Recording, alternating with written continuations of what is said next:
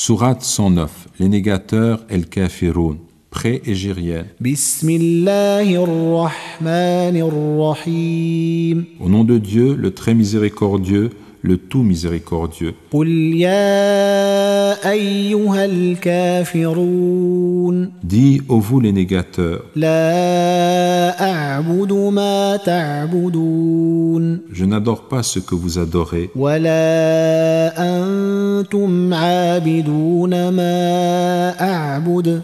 et vous n'êtes pas adorateurs de ce que j'adore, Wa la ana 'abidun ma 'abadtum. et je ne suis pas adorateur de ce que vous avez adoré, ولا أنتم عابدون ما أعبد et vous n'êtes pas adorateurs de ce que j'adore. لكم دينكم ولي دين. À vous, votre religion, et à moi, ma religion. Commentaire, sens des expressions et explications. Ô vous les négateurs, kafiroun, pluriel de kafir, incroyant, mécréant, infidèle.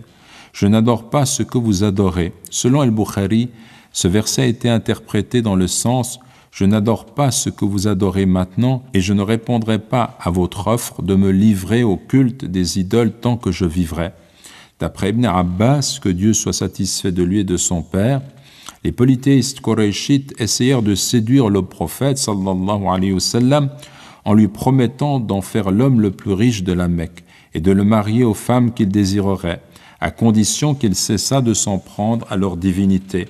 Ils lui proposèrent, si décidément il persistait, une forme de culte alternatif, en professant l'islam une année et l'idolâtrie une année. Le prophète sallallahu alayhi wa sallam leur dit qu'il attendrait de recevoir une orientation de son Seigneur.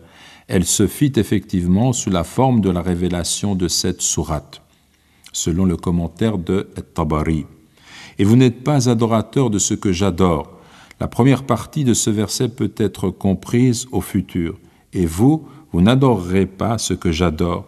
Selon Al-Bukhari, il s'agit de ceux dont le Coran a dit « Ce qui t'a été révélé, textuellement a été descendu vers toi, venant de ton Seigneur, fera certes croître la rébellion et la négation de beaucoup d'entre eux. » Coran, sourate 5, verset 68.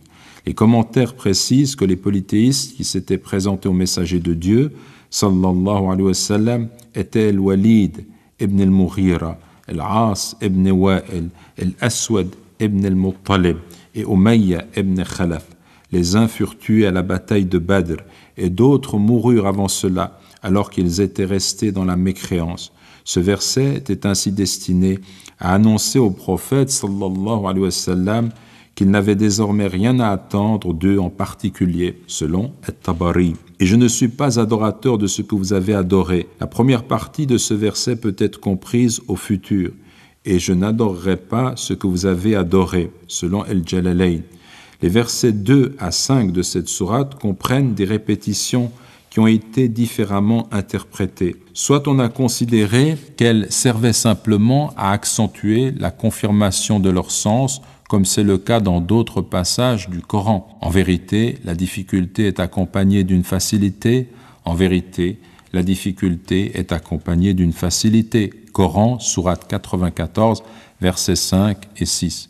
Vous verrez certes la fournaise, puis vous la verrez certes avec l'œil de la certitude. Coran, sourate 102, versets 6 et 7, rapporté par At-Tabari. Soit on a considéré que la première partie des versets 2 et 3 devait se comprendre au présent et que la première partie des versets 4 et 5 devait se comprendre au futur, selon Al-Jalalayn et Abu Bakr al-Jazairi. Soit on a considéré que la particule ma devant ta'budun au verset 2 n'est pas seulement relative, mais peut introduire un substantif ma el-masdariya dans le sens « je n'adore pas Dieu de votre adoration », c'est-à-dire en me livrant à un culte identique au vôtre, selon Al-Ukbari. Ce qui signifierait dans ce dernier cas que cette sourate sous-entend que la seule religion qui puisse être désormais admise est l'islam dans sa finalité, l'adoration de Dieu seul, et dans sa modalité, la conformité au modèle prophétique au niveau du culte et de la loi. Cette dernière interprétation est celle qu'Ibn Kathir met en évidence. À vous votre religion, la négation et la mécréance, et le kufr selon Al-Bukhari, et à moi ma religion, l'islam, toujours selon Al-Bukhari. Quelques enseignements. Premièrement, on peut reprendre ici les termes d'une interprétation récente, celle de Si Hamza Boubaker, qui affirme, je cite, « La sourate indique une rupture définitive avec les autres confessions. Elle marque, dès le début de l'apostolat, la condamnation de tout équivoque, de toute conciliation avec les religions existantes, aussi bien l'idolâtrie que le judaïsme et le christianisme. L'islam s'avère ainsi fondamentalement hostile à tout opportunisme, à toute compromission avec les autres doctrines, à toute ambiguïté sur l'unicité absolue de Dieu. » Fin de citation. Deuxièmement, la confirmation de la croyance en la prédestination. Dieu révèle ainsi à son prophète sallallahu alayhi wa sallam que certains polythéistes ne croiront pas. À noter que selon la doctrine musulmane, cette connaissance absolue ne contredit en rien la responsabilité de chacun.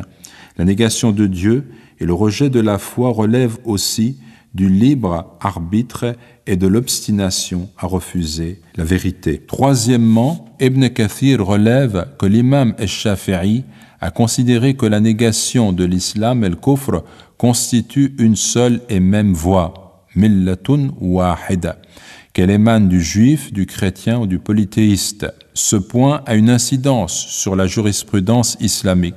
En effet, bien que le prophète sallallahu alayhi wa sallam ait interdit la transmission de l'héritage entre des personnes de voix et de confessions différentes, pour Ash-Shafi'i, en climat musulman, un juif peut hériter d'un chrétien et un chrétien peut hériter d'un juif, car ils sont pareillement dans la négation et le kufr, ce qui n'est pas l'opinion d'Ahmad ibn Hanbal, selon le commentaire d'Ibn Kathir.